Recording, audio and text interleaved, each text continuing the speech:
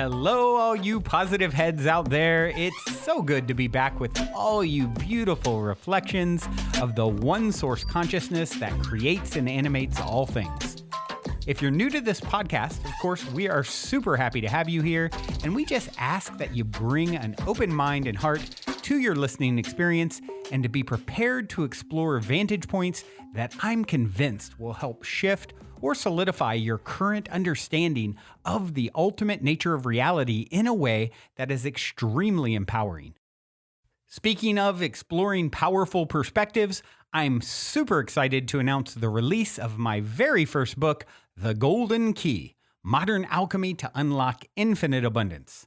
If you're ready to alchemize the circumstances in your life so that your abundance expands to an entirely new level in 2021, head over to goldenkey.gift to download the audio or ebook as my gift to you by using the code POSITIVEHEAD.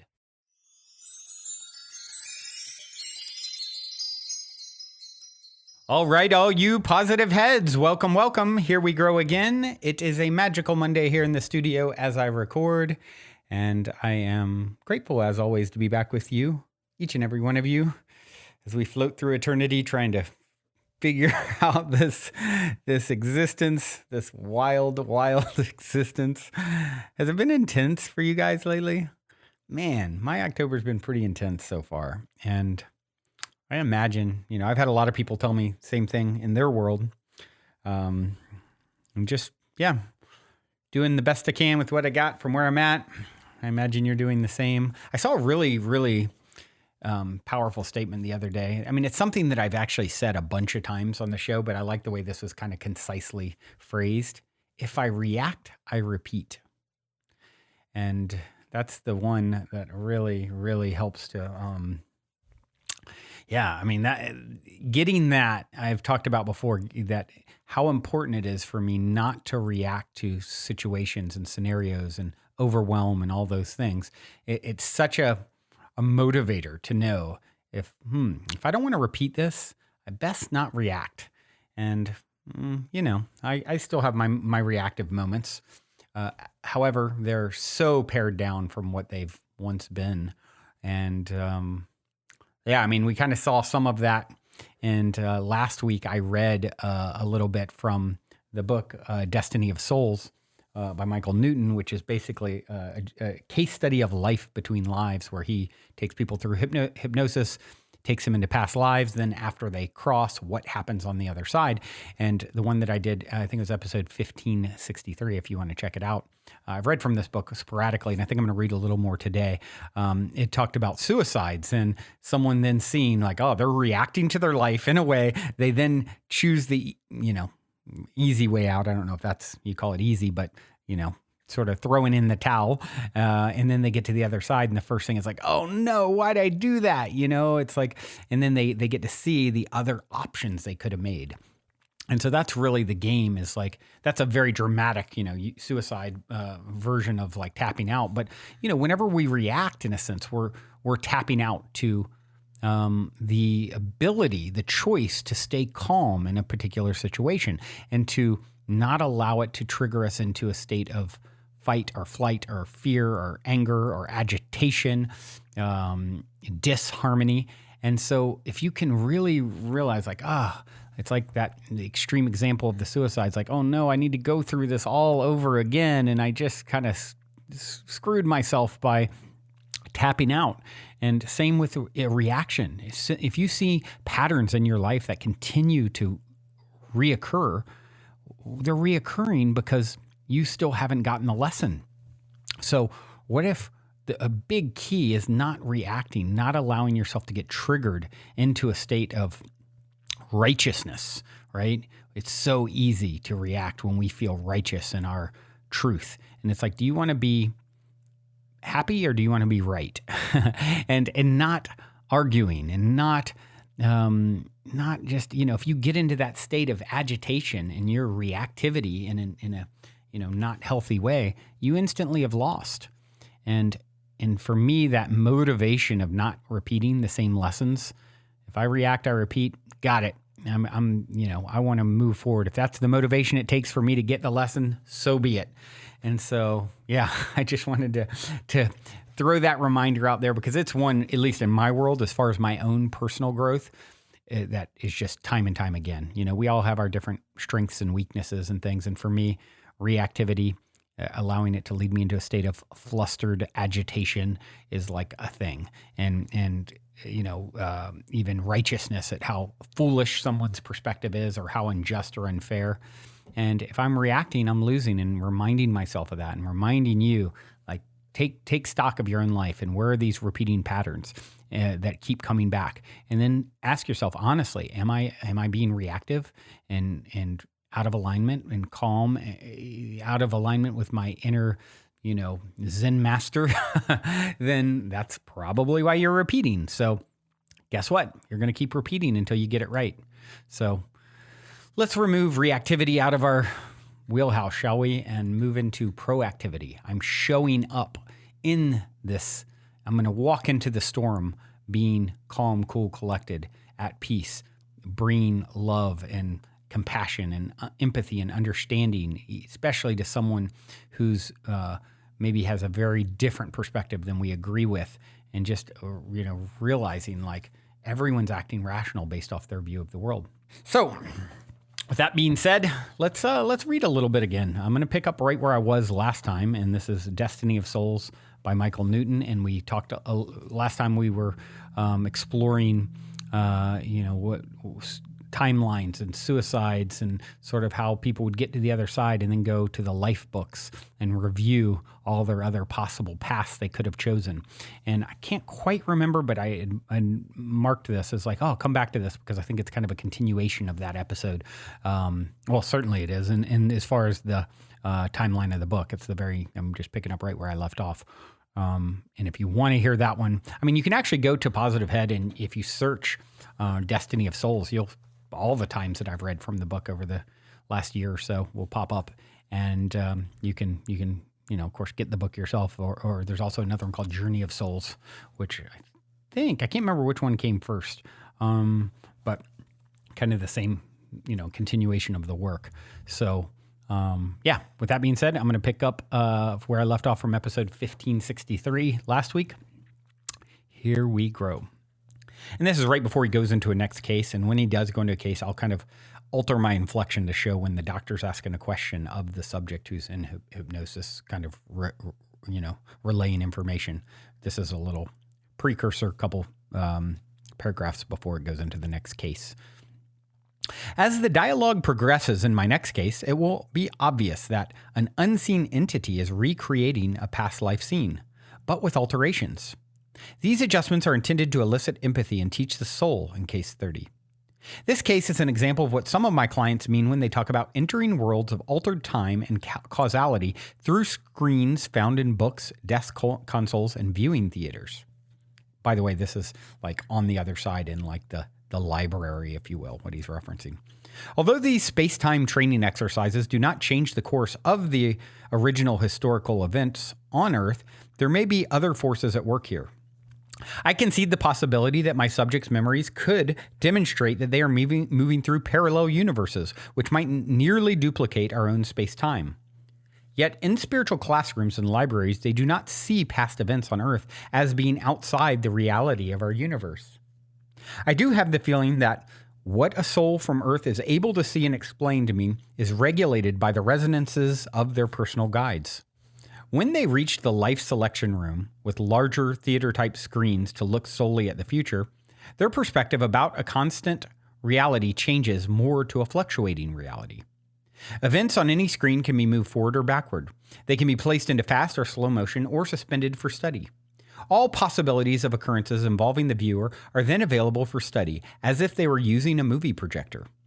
One can sense from a case 30 that a past event on our physical world has not been indelibly changed for this individual, even though his soul is existing in the eternal now time of the spirit world.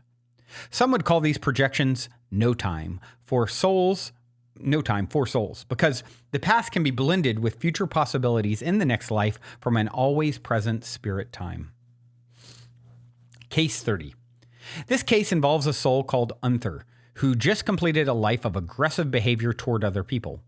His mentors decided to begin Unther's life review in the library with a scene from his childhood in a play yard. Starts out with the doctor asking a question. When you return to the spirit world, Unther, is there some highlight of your past life review that you particularly remember and would like to tell me about? After I have time to visit with my group for a while with my guide, Phoetonius escorts me to the library for some private study while my past life is still very fresh. Is this the only time you will come here? Oh no, we often come here by ourselves to study. It is also a way to prepare for the next life too. I will study vocations and avocations for the new life in light of my objectives to see if they fit. All right, let's move into the library. Please describe everything you see in the order that you see it. The room is in a large rectangular building. Everything is a glowing, transparent white. The walls are lined with big, thick books.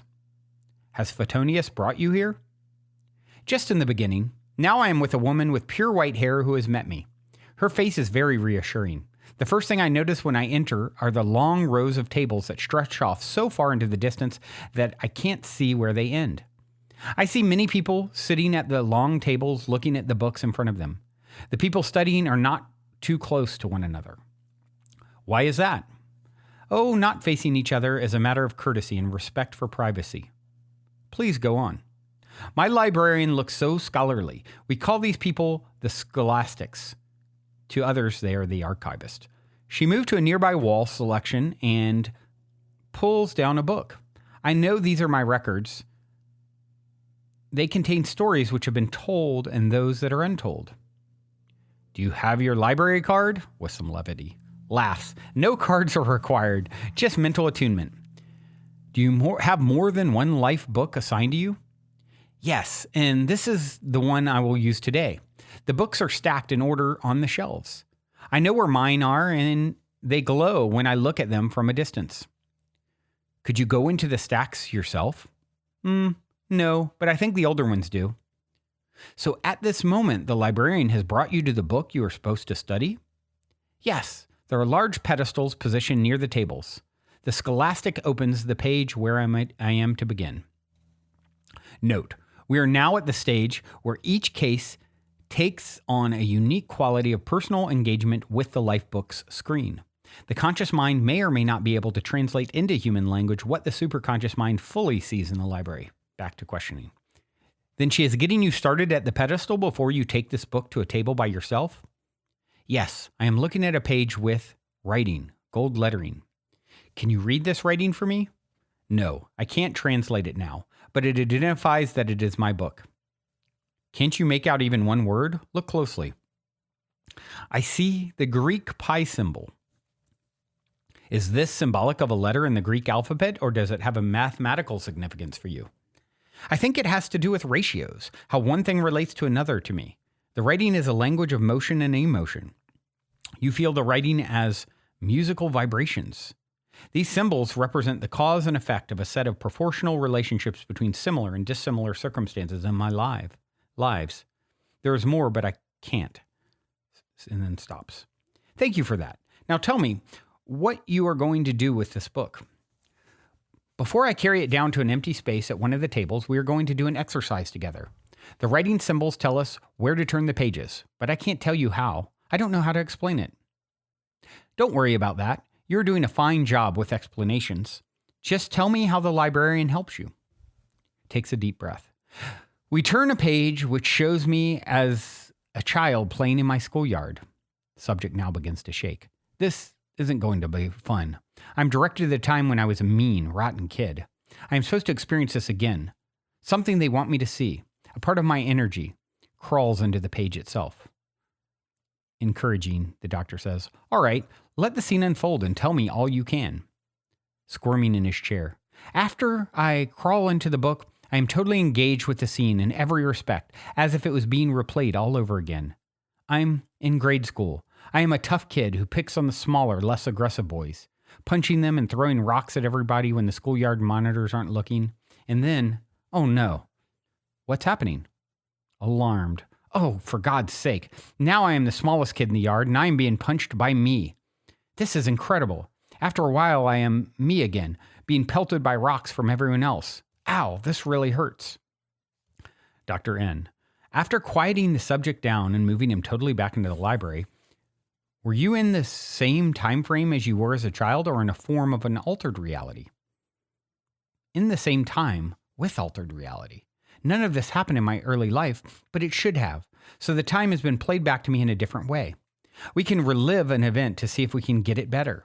I felt the pain I inflicted upon others by my bullying. Unther, what have you learned from all this? That I was an angry kid driven by fear of my dad. Those are the scenes I'm going to do next. I am working on compassion and learning to control my rebellious nature as a soul. What is the significance of your life book and being in this whole library atmosphere? By studying my book, I am able to recognize mistakes and experience alternatives. Being in this quiet study, watching all the other souls at the tables doing the same thing. Well, it gives me a feeling of camaraderie with them and all we are all going through together. That's the end of the questioning, and he goes on to just talk a little bit about it. Later in our session, we discovered that Unther needed self-discipline and to be more considerate of people. This has been a pattern of conduct over many lives. When I asked if it was possible to study future lives in the library, I received this answer. Yes, we can scan a variety of possibilities here on the timelines, but future events are very indeterminate, and this is not the space where I would make any decisions about what is to come. When I hear statements such as this, I don't think of parallel universes where all possibilities and probabilities can be examined. In this scenario, the same event could occur from a slight to radically altered range on the same timeline in multiple spaces as you would exist in many universes simultaneously. Yet, the source of all space-time might well employ alternate realities without parallel universes. In later chapters, I will cite reports of multiple universes around us which are not duplicates of our universe. In the spirit world, souls watching the orchestrated screens seem to move from past to present to future and back simultaneously in the same space. When souls are in the library, I'm told certain event sequences of the future may look shadowy on some lines and almost disappear. On the other hand, in the classrooms with larger screens, and especially in the place of life selection, which has a huge panel screens, the timelines are bolder. This allows for easier scanning and entry by the soul for future life study. Newer souls must acquire these skills by learning to blend their light waves with the lines of the screens. By concentrating their essence in this way, images come into focus that pertain to them. The timelines on the screens move back and forth, crossing one another as resonating waves of probability and possibility from the now time of the spirit world and where past and future are joined and all is knowable.